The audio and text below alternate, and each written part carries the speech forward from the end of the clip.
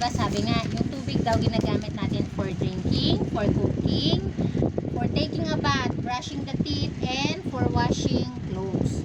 Ano daw yung mga epekto ng tubig sa katawan?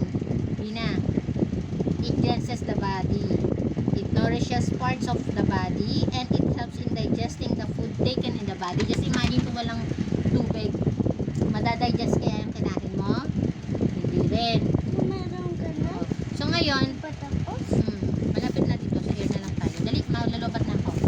Okay. Ano daw gagawin natin para makatipid sa tubig? Kapag ka ikaw nag-ano daw, na liligo, iwasan mo yung pag-play. Avoid playing with water when taking a bath. Kasi sayang sayang yung tubig. Take a shower and take shorter showers. 5 minutes or less is best. So, paiksiin mo yung oras ng paliligo mo. When taking a bath, use a bucket to reduce water usage. Kaya tayo may tabo. Diba? Pagkatapos niyan, pag napuno na yung pail, sasarado na natin yun. Okay? Turn off the tap or faucet when brushing your teeth and soaping your hands. So, pagka hindi mo ginagamit, diba, masasabot ka pa ng hands mo, patay mo muna yung gripo. O kaya naman, habang nagbabrush ka ng teeth, gumamit ka ng baso. Diba? Hindi yung tumutulo, nayaan tumutulo yung tubig. When washing the dishes, turn off the sink faucet while scrubbing plates, spoons, and forks.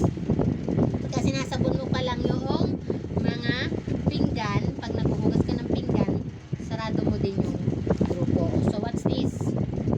Dirty. Uy, ano to? Okay.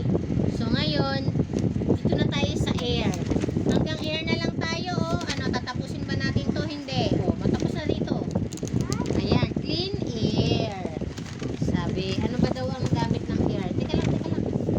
Sabi, pollution. Di ba pagka clean air, basahin pala natin to. Air here, air there. No one can see it, no one can touch it, but air is always everywhere.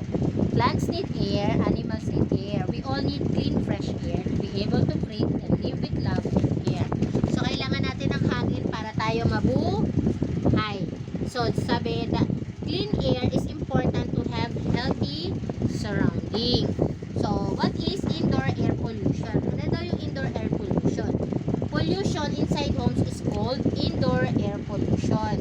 Meron din palang air pollution indoor sa loob ng bahay. Sabi, ito yung mga bad gases sa hangin na lalanghap natin. Katulad na nakakasama sa ating kalusugan. So, ano daw ang epekto ng indoor air on one's health?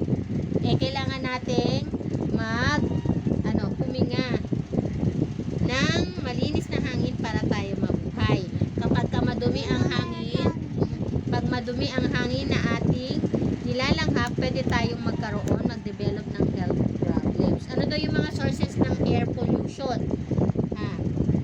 Smoking. Di ba yung usok na nagagaling sa mga naninigarilyo? Pollutants yan. At bukod, toxic yung nanggagaling na usok, di ba? So, nagiging cause siya ng heart problems, lung cancer, at lung diseases. O yung mga paints, di ba mabaho yung mga pag kami nagpipintura? So, meron din yung harmful chemicals na kapag nag-mix sa air, parang ang hirap huminga, di ba?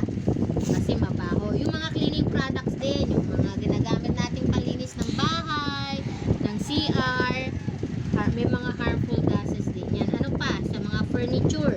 Yung mga furniture, pagka marami na yung mga alikabok at hindi yan na lilinisan, nagkakaroon ng mga mites at saka germs, nagiging unhealthy na yung nilalanghap natin na hangin. Pwede tayong magkaroon ng lung problems din, magkaka-trigger doon sa asthma attacks natin.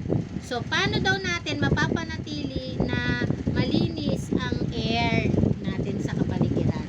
Sabi, alam mo yung plants, yan, yung mga halaman, nakakatulong yan sila para ma-maintain yung clean air. Kaya dapat maraming plants. Nakikinig ka pa ba? Dito ka makinig. So, yung mga furniture dapat laging lilinisan, yung mga electric fan, diba? Yung floor, yung mga furniture, laging naglilinis.